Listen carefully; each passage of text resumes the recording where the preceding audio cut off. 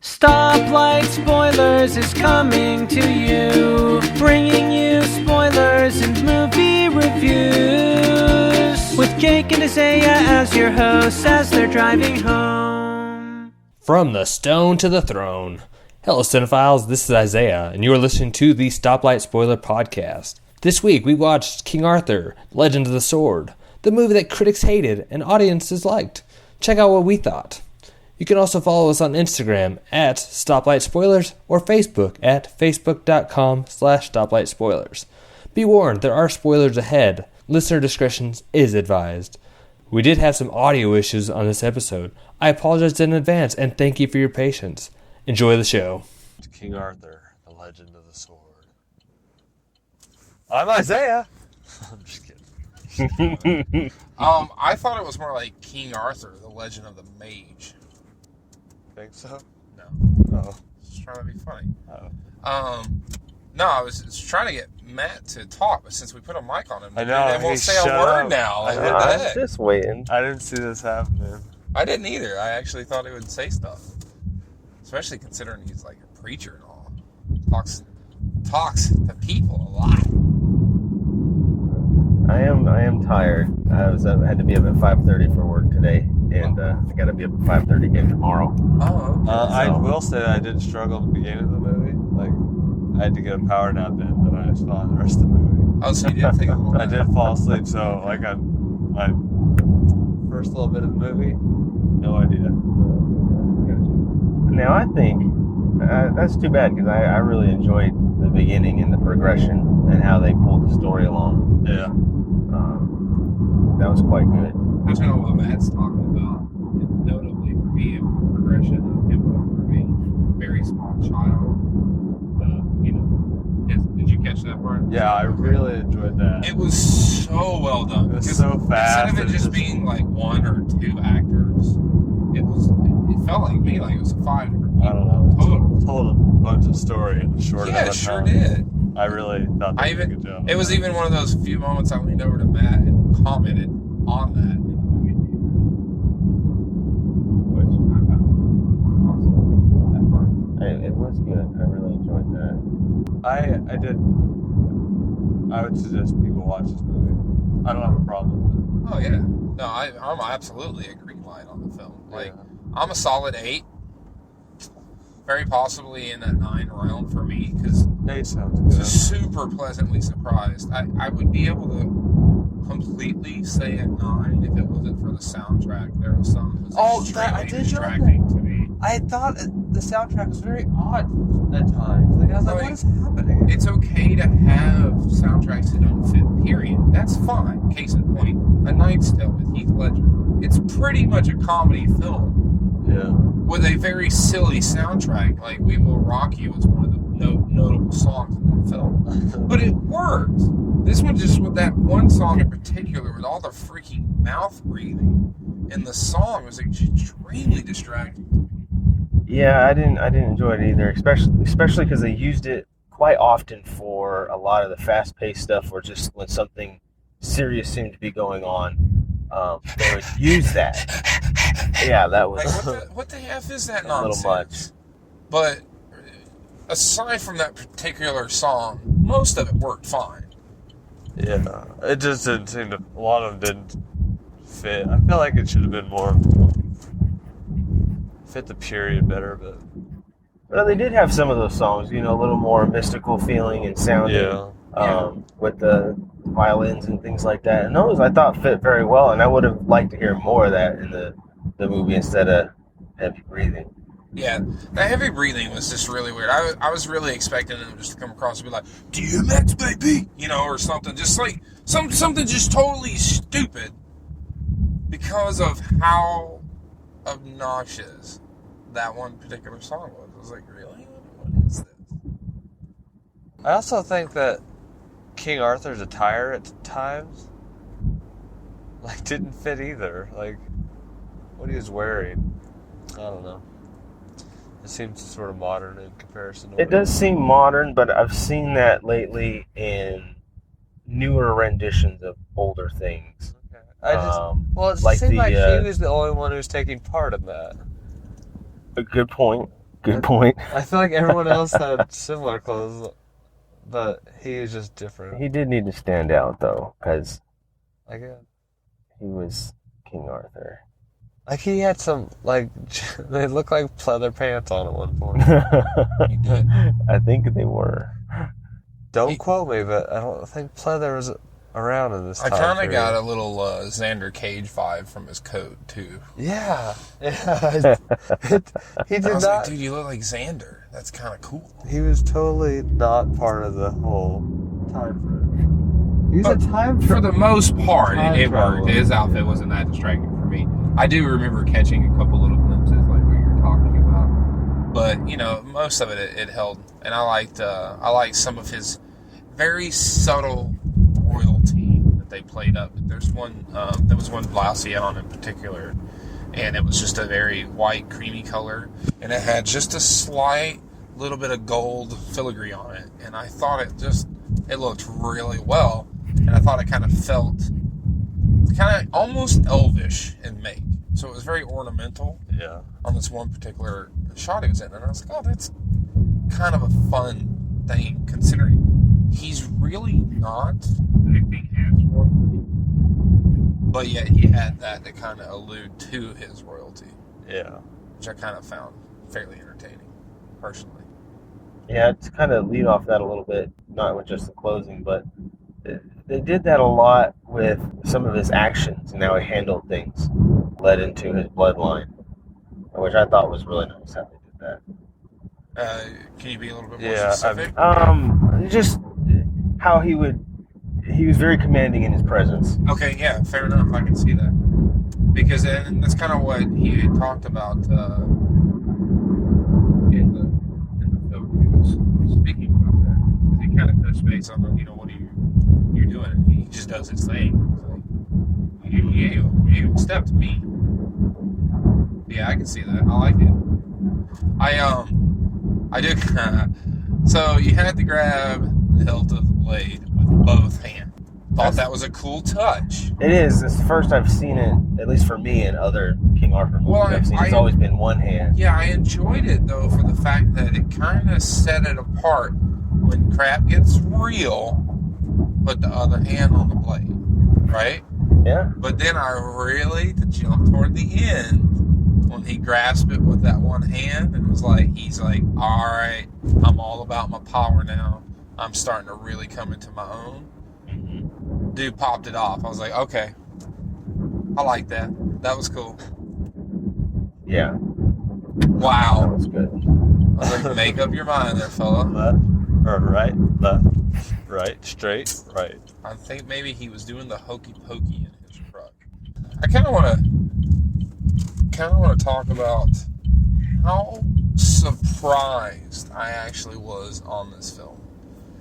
Giving them their credit, the one trailer that I saw had absolutely nothing of all the sorcery that was in this film. Yeah, I did. Yeah, going into it thinking it's going to follow along. It's just huge elephants. I was like, what? Yeah. I didn't expect it. I was very Lord of the Rings feeling. Yeah. I almost expected Legolas to come out, you know what I mean? But it was very different. I was pleasantly surprised once the film progressed a little bit more. It was even in the opening scene. At first I was like, what the heck? But then once his dad, Uther, and that was his name? Mm-hmm. Once he had went in there and slain the dude, I was like, okay, no, that was pretty cool. I like it. That was He was just kind of bad A. And to see that fella act in a film that is written better than, say, The Hulk, for example, because unfortunately he was the one in the Hulk that didn't do good at all. But to see him in something else, I just really enjoyed his small portion of the film. How cool he was. You know? Yeah. And but the sheer amount of sorcery in the film was very entertaining, because normally I'm like, when it gets really dark, I don't always necessarily like it, but I felt that the take on a mage in this one, whereas take on the mage in Warcraft is just so different.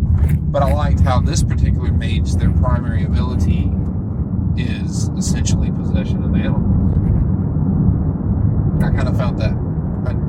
personally, kind of cool. I did like how they portrayed mages a little differently than what you normally see. A cookie cutter mage. Exactly.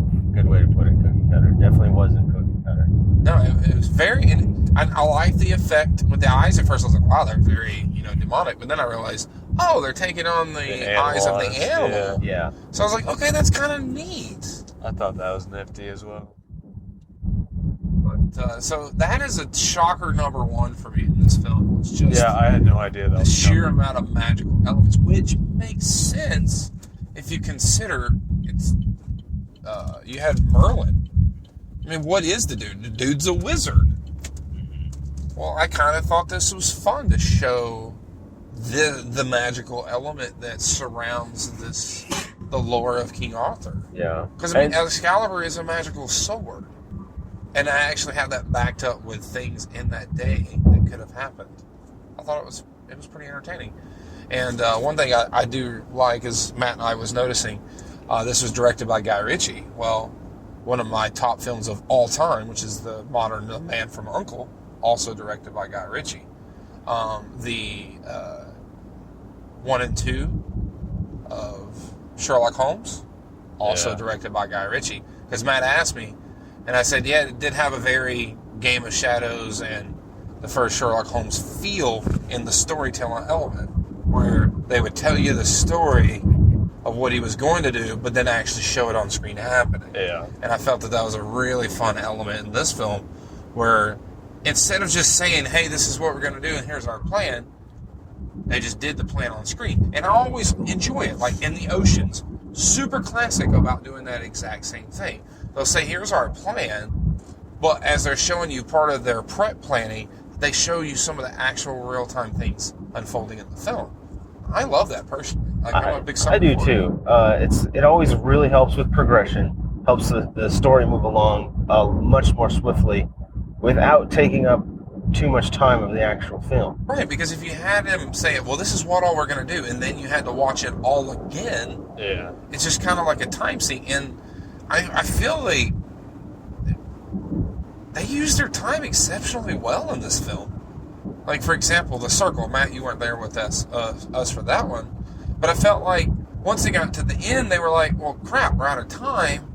And they just chopped the movie. Like, it just didn't really feel like you can take it different places. But it just didn't really feel like there was a robust ending to the film. Whereas this one, I felt that it worked. And, side note, Jude Law played a fantastic villain. Epic villain. I really enjoyed him as the villain. I also really liked how they used him for being such a good villain, as we were talking earlier with the mages, how it's not so cookie cutter. Well, it's the same with him being a dark mage. Yeah. His power was very different from the dark mage they showed in the beginning. Correct. And I really enjoyed that because it was so different. Because he took over the dark power, and I enjoyed the concept of the cost.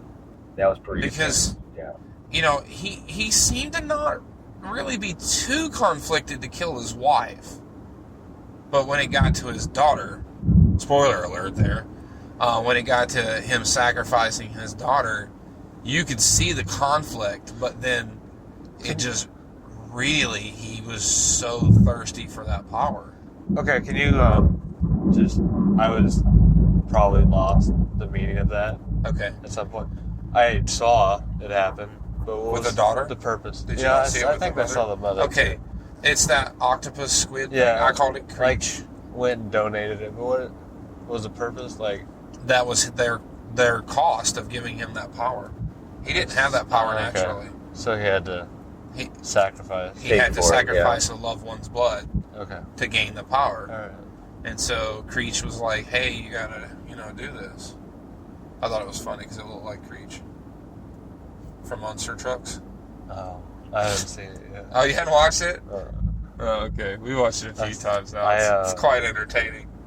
put up a Google form today for my kiddos at school, and that was on the list of ones they could vote for. I literally just went through your video and picked up all the PG movies That's cool. and just made them into a list, and you can pick whatever one you want Nice. for after when they're done at their test. That'll be real fun. Monster Trucks isn't winning, so It is not? no. No? What's winning? Sing and Kung Fu Panda 3. Oh, I hope tied. they go with Kung Fu Panda 3. Kung Fu over Panda Sing. 3 was definitely my favorite because the villain was so good. I loved the villain in it. I mean, the first one with Kai Lung, we digress here, but the first one with Kai Lung was delightful. The second one was good. The third one was superb. And that's pretty rare for the third in a series to be that. Well, when you really think about it, like Toy Story, to me, kind of fell along the same lines. Number 2 was okay. Number 1 was epic. Number 3 was just, wow, I'm thoroughly impressed. Not all movies can pull that off, though. No, they do not. Transformers. Although I have just to say, progressively get I am worse. excited about Mark Wahlberg's second Transformers film. Yeah, I'm going to see it. I'll go Look see forward it. to it, guys. I'll go see You're it. going to eventually hear us talking I'll about probably hate on it. it. You probably hate on it. Anyway. Did you hear my alternate title for it last week, Matt? Oh, I missed it. It's Transformers, To Beat a Dead Horse. He is riding the giant dinosaur again. Is he? I think he's on it. Or at least if kills he him. doesn't ride He kills one, I'll be Yoshi. disappointed. I know that Matt hates the dinosaurs. I think they look amazing, and I don't care. It's not that I hate the dinosaurs. I love the dinosaurs as they should be in Transformers. Just not what they did with them in these movies. Fair enough. I have, again, it's not anything that I have any sort of tie to from childhood. So for me, I just took it at face value. Right. It was fun. I can see that. Having any history, there's a lot of things. Like Little Mermaid. Eventually, you know they're going to do it. Eventually. And I'm going to tear it apart if they don't do it right. Right. Because, admittedly, that was my favorite movie as a child. That and Jungle Book. Well, they did fair with Jungle Book. Not great, fair. But, anyway, we digress. Anyway, yeah, Horribly. back to Arthur. 'Cause Back to- actually, Well, King we'll go back to reptiles since we can tie that in. Jungle Book has a snake in it, right? Okay. It did. All right, so the snake in King Arthur, that snake scene was amazing. The that big was the snake big- Yes, threw that me. was- Like, I was like, whoa. very well done. Kind of, you and I were talking going to see the film before we even got mad. And I was talking to you about how in Harry Potter, I really appreciated them taking the time to build real life interactive objects and then adding CG to fill out and to complement those. Yeah. In this film, I wish that they would have had the budget or the desire to do the same thing, because the snake was awesome, but could you imagine how if they took the time to make something that was real and then mixed it in with the CGI snake? Because Matt pointed out something at the end of the movie about the CGI of the second major sword scene with King Arthur, where it was extremely heavily CG. Now, I made a comment that it was absolutely not as bad as The Matrix 2. But it wasn't perfect either. Yeah. We've come a long way. Since We have come a long way. It's just, if you can mix reality with fake, it makes the holes just covers Or them just pay out. for a better CGI team. Yeah, I think it Because just comes to it can be budget done. on that. It can be done. It can be done. I mean, look at Marvel, how well they're doing with some of their stuff. Yeah. But it's still the budget that they have for a film like that to the budget versus this film. Like, God, it's not even close to the same realm. Right. You know, the soldiers that he was fighting, they did a good job on them, but him himself in that scene I just didn't like how they portrayed him in the CGI, because it was just felt wonky. It should have had a little bit more of just him, and I get you. Surprisingly, okay, let's talk about this chase scene where they're going through the city. Surprisingly, I almost like the selfie cam. Oh, I had that. I think that part of it was fun. Because it was once, they didn't touch it again, and it kind of worked pretty good. They gave everyone a little bit of screen time, but they were so close to overdoing it. Oh yeah, it was really close. I agree with you fully. But it was really, really, really close to just being good. I thought it was a nice touch because I haven't seen It was. I have to say, it wasn't the same as I felt like in Braveheart when Robert the Bruce portrayed Mel Gibson's character, right? But when the little blonde-headed, educated prick freaking betrayed him, it pissed me off. That did feel unexpected and possibly out of his character a little bit because... we didn't have a lot of character development. True, but for what they showed, it just felt... Forced, yeah. It almost felt like there could have been a deleted scene that was showing him getting beaten and maybe succumbing to it versus just, oh, by the way, he has something he wants to say. Oh, we just killed your entire group of people. Like, seriously? And I really think King Arthur, his attitude in the whole film, I think he would have stuck a knife right in that dude's throat. Mm-hmm. I don't think he would ever get out of there alive. That's what I thought too. That how they let him go. I was like, I wouldn't have done that. Yeah, now you're a big guy. He'll move. I did enjoy how that dude got eaten by the snake. Yeah, that made up for it. That was entertaining. I also like the mage, how she had a concoction that was injected via venom by the snake. That was a fun aspect to it. Yeah. He said, I don't like snakes. And I can totally relate. I have to say, like, so in the beginning, spoiler alert, his dad and his mom die. Thought it was well done. And I was like, okay, that's pretty neat how he kills himself to turn himself into the stone that holds the sword. It's like, that was cool. Dope. That was extremely good. And then when he gets his final vision, when he really realizes what he has, for him to save his father's life in the vision, kind of gave me goosebumps. Right. Just saying, in my head, when I say it, it sounds cheesy, but actually seeing it and kind of getting emotional in it, it rocked my socks. For him to save his dad's life in the vision. But basically, to me, it kind of felt then he took on his father's power and his. Mm-hmm. Because then it kind of gave him a boost. Didn't it kind of reset the whole scene with him and Jude Law at the end? Yeah. Like, that's what I took it at, because Jude Law throws the fireball. Yeah. Knocks him down the first time. Second time, though, he kind of reset some... I'd like to... lay on the ground when that happened, right? Mm-hmm. He had that vision. Right. Yeah. But it makes me want to know how exactly that played out. Because it was very interesting that the second time he threw a fireball, which I think was technically the first time repeated. Oh. I don't think it was... He just went back to the table in the exact same position. I think somehow that first portion of the fight either didn't really happen or I don't know. I need to watch it again. You don't know what I'm saying though? Yeah, no, I hear you. I was trying to follow that too, and it wasn't clear. It almost felt like because where they were at it didn't seem like it was in a natural plane. Well, it felt like it was somewhere else. So it could have just been a time lapse. Yeah. You know, he saw the future of what was happening to him then. Maybe. And then... Okay, I can give him that. You know, he transported to that room and... Which was awesome. Yeah. Right in the middle of the freaking ocean. Mm-hmm. You know, so I think, you know, him seeing what could have happened. And then when he transported to that room, he could have been lying on the floor.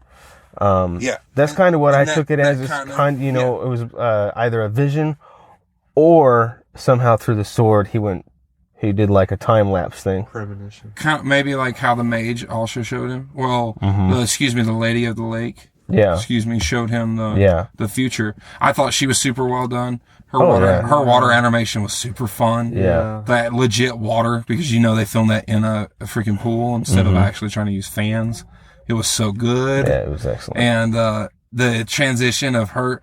I expected him to pick the sword out the mud. That's what I thought. Not her hand. Yeah. Then that's what I thought dope. Too. And then he had this little vision, and then he's muddy again. I was like, that was...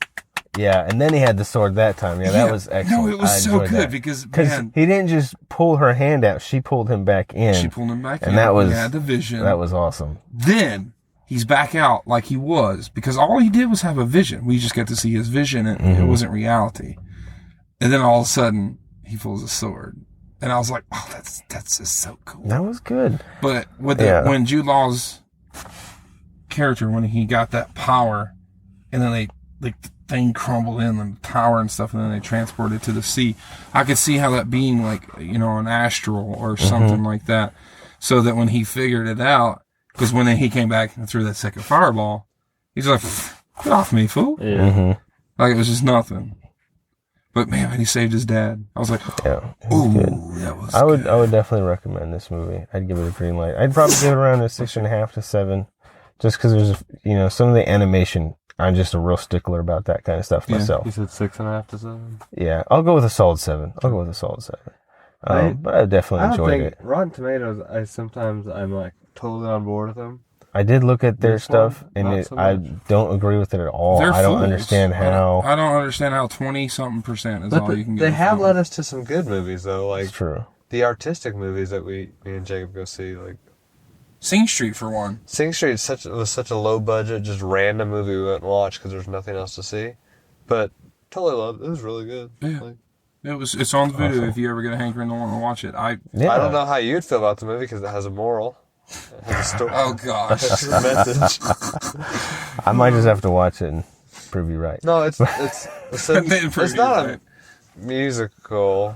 It has a lot of music, but not a musical. Well, I would expect a lot It's of set music in in something Ireland. called Sing Street. It's set in Ireland. I But think La La it's Land fun. is a musical, and I enjoyed that one. La La Land is a musical that I also enjoyed, surprisingly.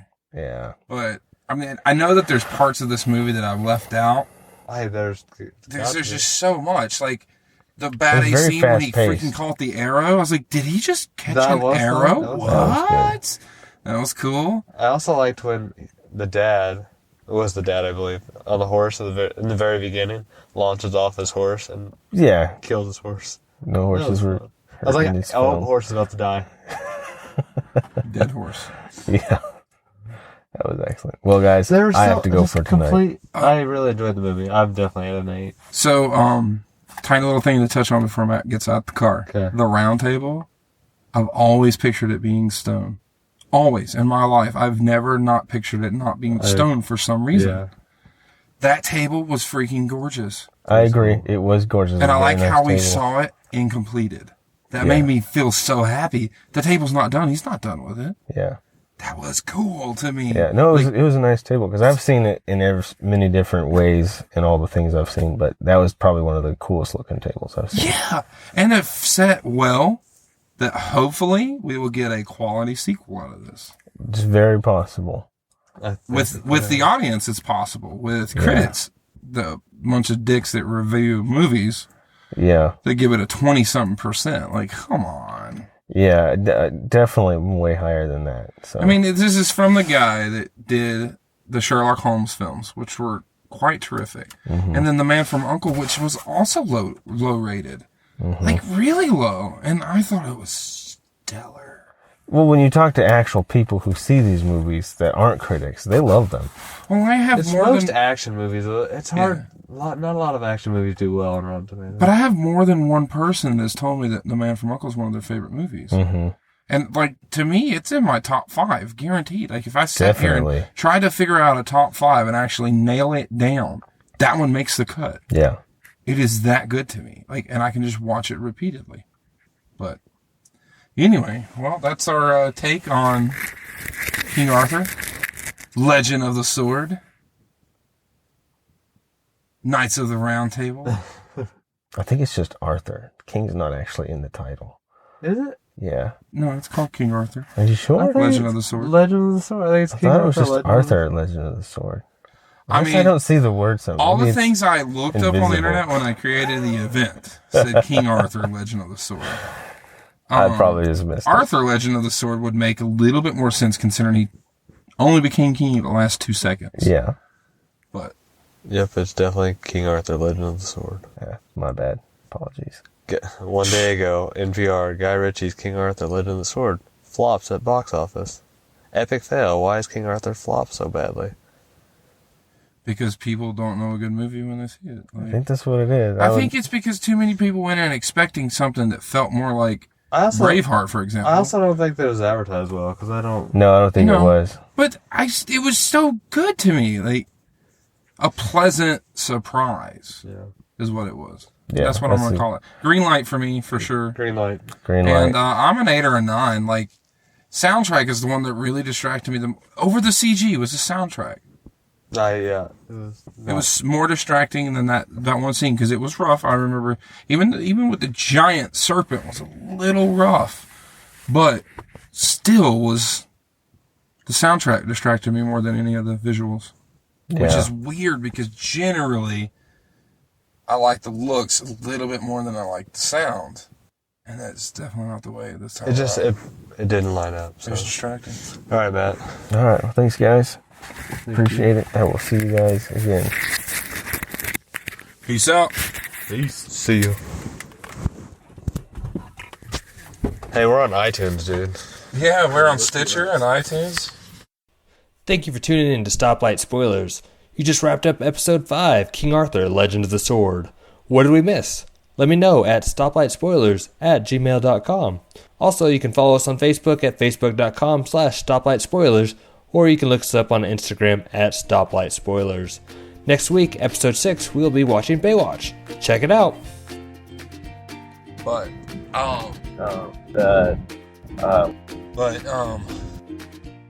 hashtag sponsor us.